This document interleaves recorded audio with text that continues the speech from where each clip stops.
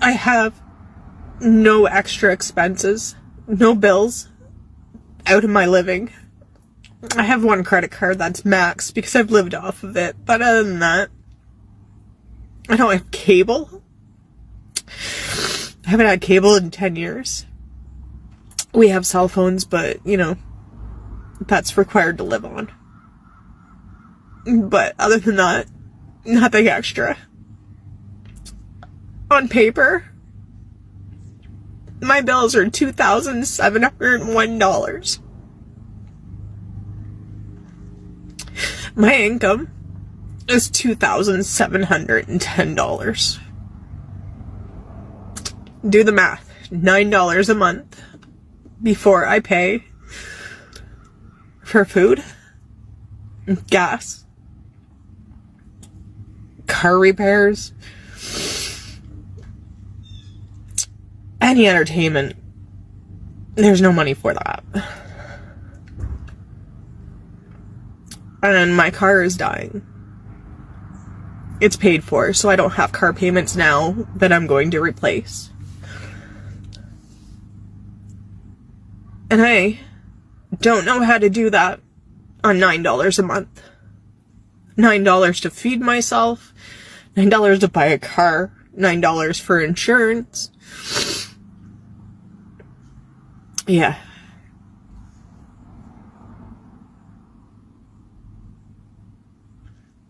So at the end of the day, this is me because I worked 8.5 hours a day knowing that it's not enough, that it won't be enough. Fuck you, Ontario. Has never been a better time to start living the American dream. But despite what the president claims, the famous American dream is far from being achieved. 40 million people are living below the poverty line. So first, the face of poverty in reality looks very different than some people's perception. Thank you. Well, let me put a finer point on it. They Thank think you, poverty is black and Latino and Hispanic people in this country. But poverty also includes a lot of white people in America. Y'all want to know one real reason why America's crashing out like crazy right now? Mediocrity don't hit like it used to, baby. See, once upon a time in America, you could be real mid and still thrive. Mediocre effort, boom, you get a house, car, annual vacation, pension, hell, maybe even a boat. You could clock in, coast through the week, grill on Sundays, and still retire with dignity. But that era is dead and gone, baby. And instead of leveling up or adapting, they're mad, they're bitter, and they're not even blaming the billionaires. They blaming you. They have the audacity to blame me. They blaming immigrants, black people, queer folk, anyone they think is taking something that used to be theirs by default.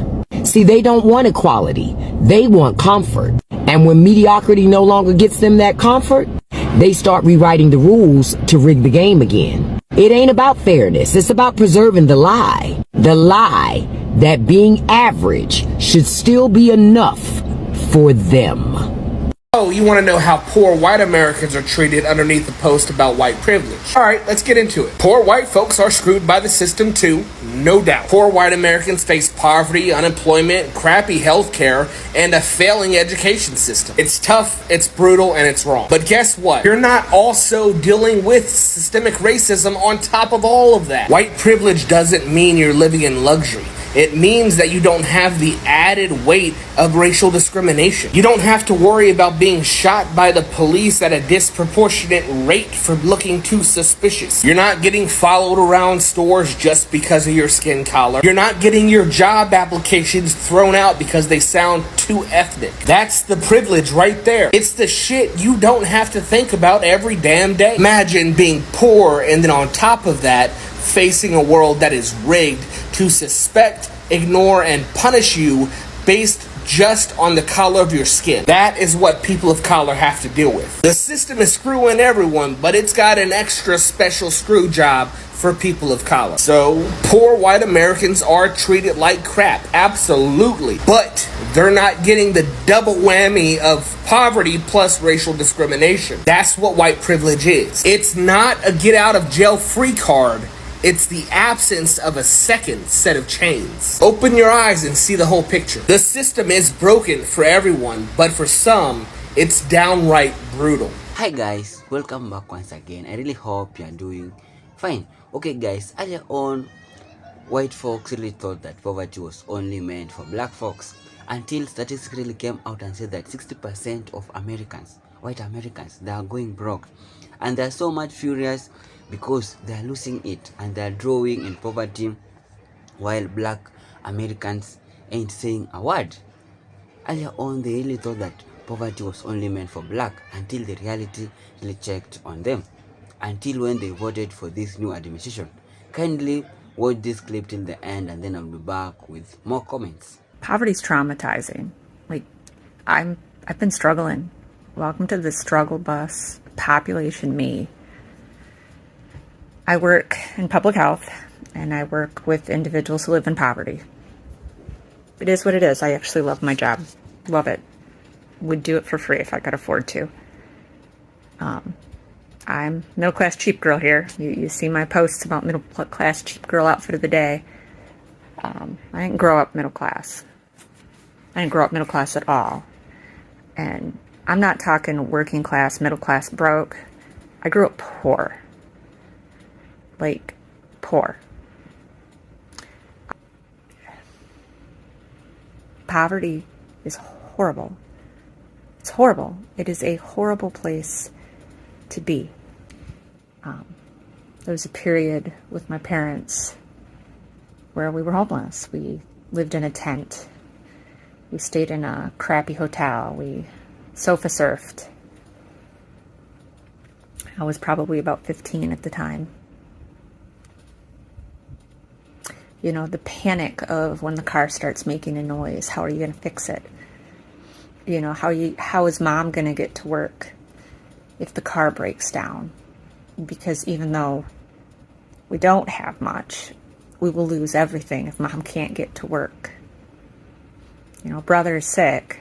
Mom has to go to work. She doesn't get sick time, so guess who's staying home from school with sick little brother?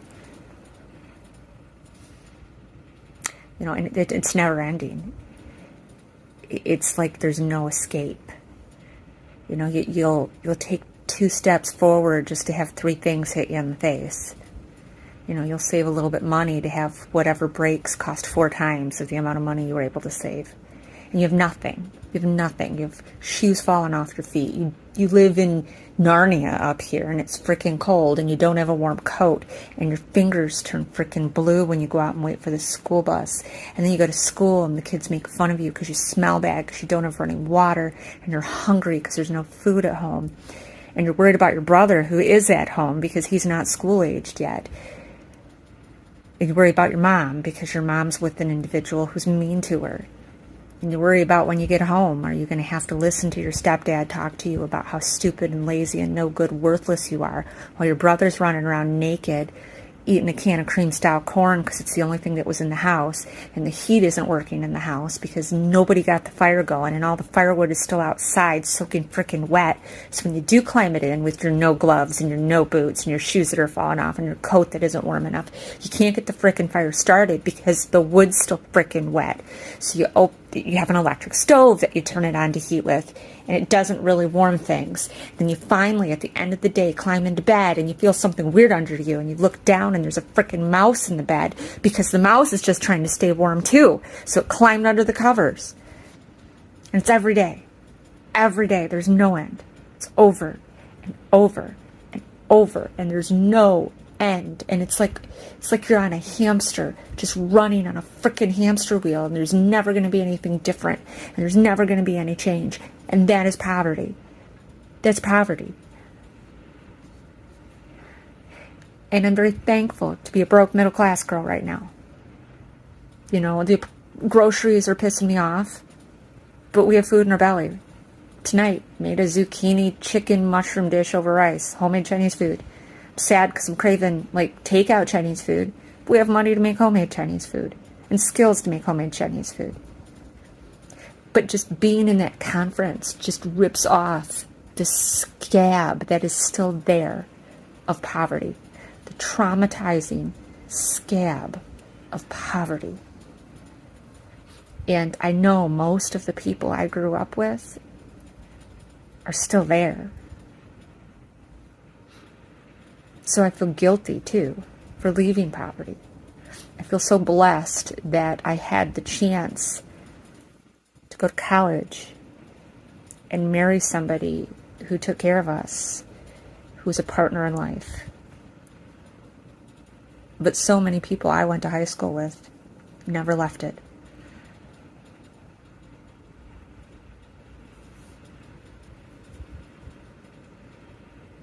So I'm struggling right now with guilt and sadness and panic and anxiety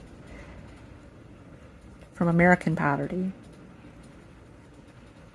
Conservatives and anyone who believes in right-wing ideology are really pitiful people. Look at it this way. We live in such a cultural and historically rich world. There are 195 countries in the world with so much beautiful music, cuisine, amazing art and history, and amazing people. And so rather than embracing this vast, beautiful earth that we live on, conservatives have chosen to make their world small, to live in this delusional reality where there has to be hierarchy amongst countries and cultures. And as someone who's traveled to more than 30 countries now, I think it's one of the most pathetic things ever. Because what I've learned from traveling and speaking to people from all over the world is that there are so many beautiful things that link us together as people. I remember when I first moved to Germany and I was learning German, and I found a linguistic connection between German and Jamaican patois. So in Jamaican patois, we say shub, which means push. And I remember one day in my German class, we learned the word for push, which is schubst.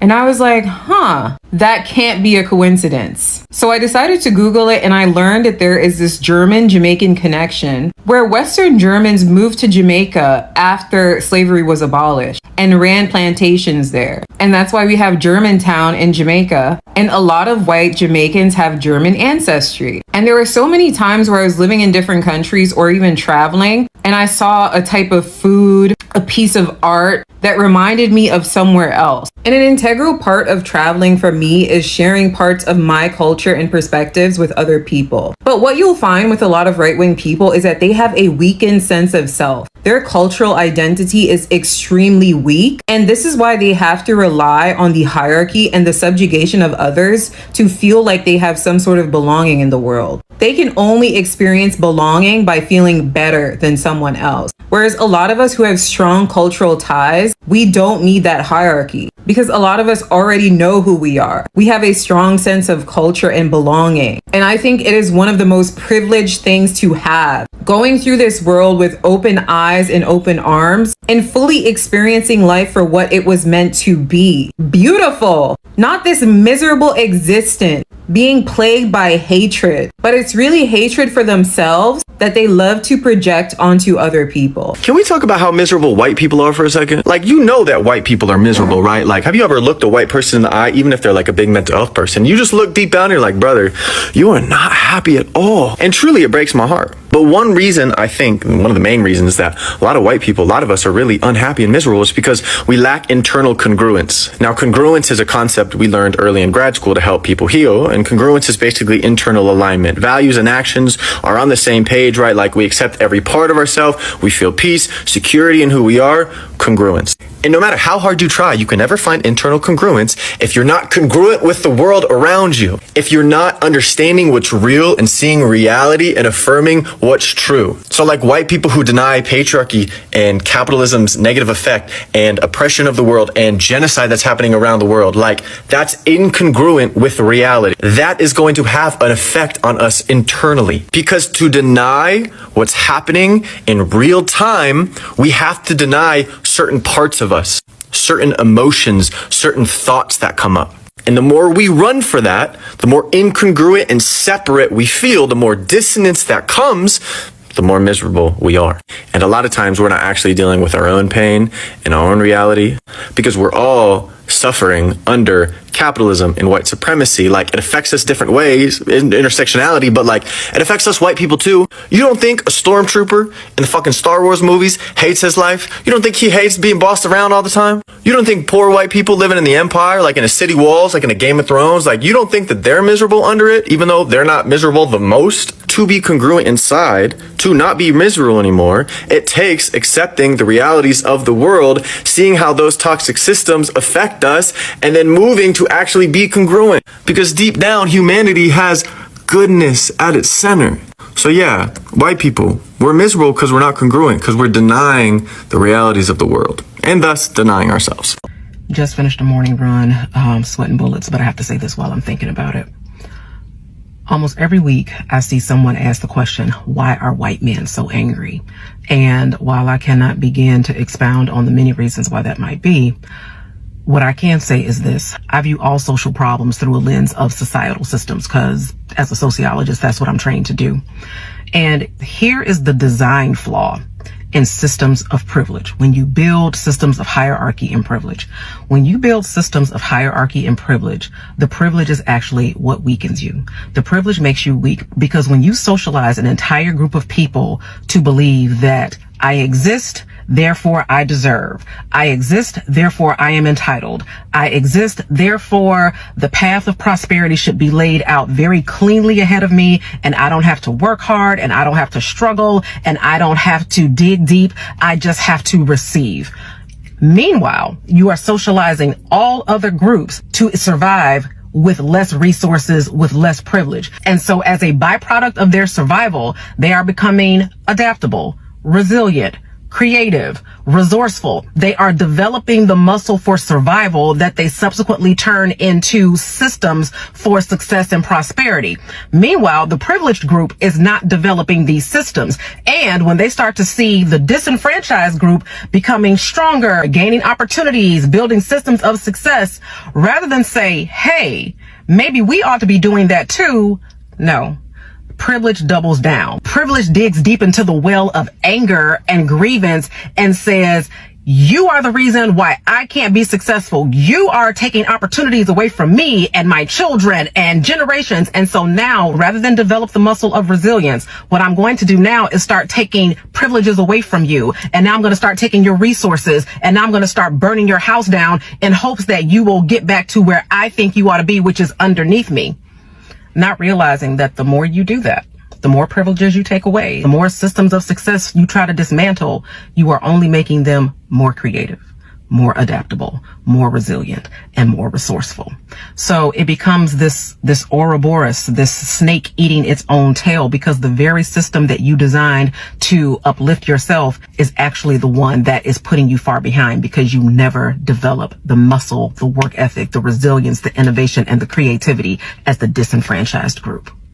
Hi guys, I really hope you have watched the full clip, and all credits goes to original creator of the video.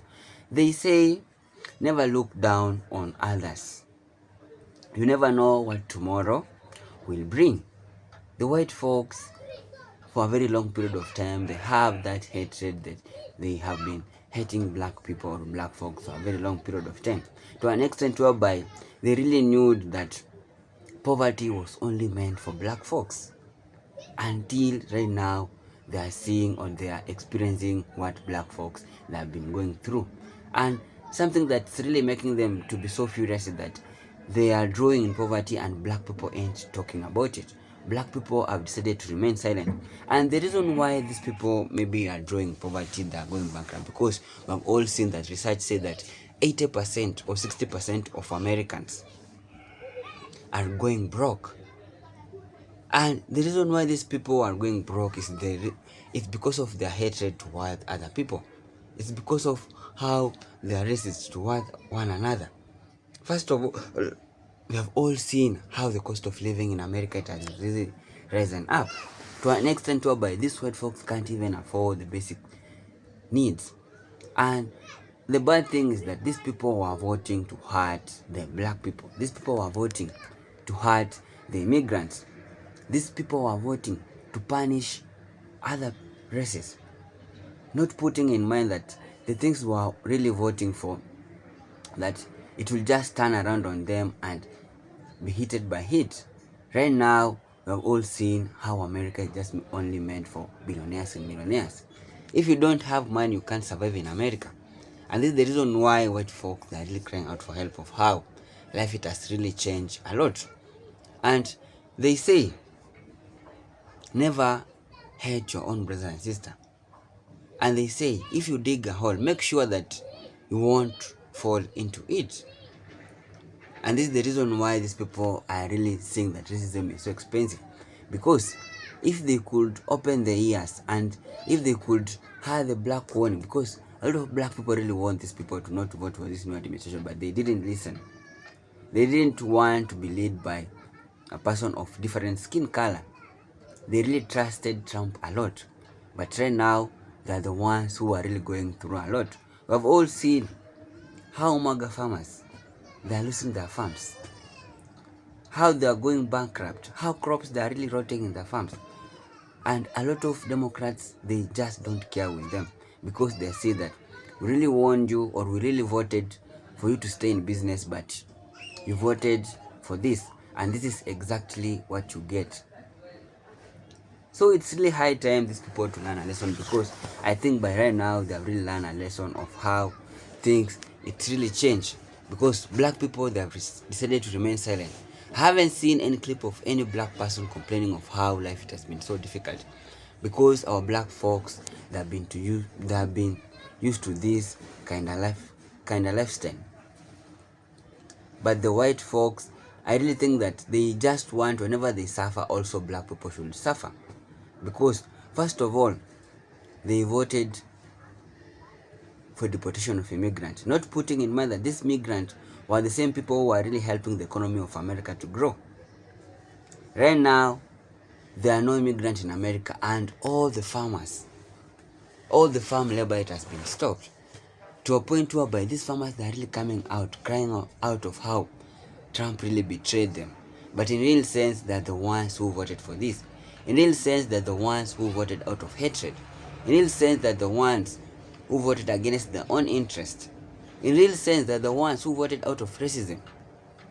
They really thought that if they voted for the position of immigrant, maybe Trump will convince black. So it's being said that young white men have been radicalized because they've been disenfranchised. And there's some truth to that. But I believe that their disenfranchisement has been the result of the unfulfilled promises of privilege. Like, their complaint is that, I'm 27, I'm 30 years old, and I have no financial, economic, or romantic prospects. And newsflash, that's literally what people of color and marginalized groups have been complaining about for decades, for generations, about their lack of prospects in this country. That has actually actively led to their disenfranchisement, well, our disenfranchisement, because I'm one of them. But we worked and we learned our way out of that so that we wouldn't be in a position where we elected into leadership our actual oppressors. See, young white men don't view or identify older white males as their oppressors because they look like them, because they're their dads and their uncles. But unfortunately, the fact that those promises of privilege have not been fulfilled for them, that the entitlement that they have been raised in, and ingrained within them, the fact that all of this is yours and for you, and as divine by the will of God, and none of it should you have to work for, which is part of what their complaint is. And they don't want a competitive space in a competitive world. The chant in Charlottesville, Jews will not replace us. This fear of being replaced because in a competitive marketplace, you haven't been bred for generations to compete. You have been told that you were entitled to all of it, and it is your birthright. So you haven't competed. You haven't improved yourself. You haven't built skills to put you in a place to compete with the people of color who have been told their whole lives for generations, twice as hard for half as much. But again, the radicalization of these young white males is just the unfulfilled promises of privilege. But now you find yourself in a space where you are facing the same world as the groups that have been marginalized by your fathers and your grandfathers. So I think the solution is to actually find yourself unifying with these marginalized groups who have worked so hard to scale and achieve. And I know that's a big blow to your ego, because you've been told your whole life and for generations that they are less than you, that they are beneath you, that they are inherently genetically inferior to you, which I understand how that contributes to your rage. Because these people who you have been told and made to believe are inferior to you have accelerated far beyond you. But that's not their fault.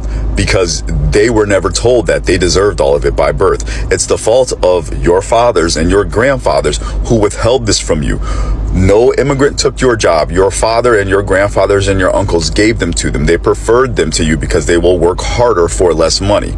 The solution for you is to work harder and to unify with these people so that we all can live in a competitive society with fair compensation for fair work. And right now you're at a point in history where you have the choice to either unify with the oppressed or identify with the oppressors. Make the right choice. People to go and work in their farms. But black people, they have their special jobs. Black people, they are educated. Black people, they have their own farms to take care of. So they say, never vote to hurt your own brothers, or never do something that will hurt your own brothers and sisters. Because these people are voting to hurt others. And we have all seen what Kama has really done to them. They're the ones who are really going through a lot. They're the ones who are really struggling. And they're so much confused that black people ain't complaining about anything. They're so much furious that black people that have decided to remain silent. It's because our black brothers are used to this and they can be in a position to help, but they just can't help. So guys, we really hope things will be better in America. This video is just for educational purpose. We are here to learn what's really happening in America right now. And let me know what you think in the comment section, and if it was for the first time you come across my video, don't forget to like this video, subscribe and share. Let me see you in the next clip. One love.